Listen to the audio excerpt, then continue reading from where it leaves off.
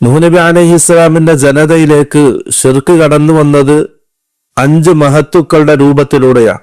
ആ സമൂഹത്തിൽ ജീവിച്ചിരുന്ന 5 ഔലിയാക്കന്മാരുടെ രൂപത്തിലൂടെയാണ് ശിർക്ക് കടന്നു വന്നത്. സൂറത്ത് നൂഹിന്റെ വഖാലു ലാ തദറുന്ന ആലിഹതകും വലാ തദറുന്ന വദ്ദൻ വലാ സുവാഅൻ വലാ യഊസ വയഊഖ വനസ്റ എന്ന ആയത്തിൽ അബ്ദുല്ലാഹി ഇബ്നു അബ്ബാസ് റളിയല്ലാഹു അൻഹു പറഞ്ഞു, ഹാദിഹി അസ്മാഉ റിജാലിൻ സാലിഹീന മിൻ ഖൗമി നൂഹ്. നൂഹ് നബി അലൈഹിസ്സലാമിന്റെ ജനതയിലുള്ള സാലിഹീങ്ങളുടെ പേരുകളാണിത്.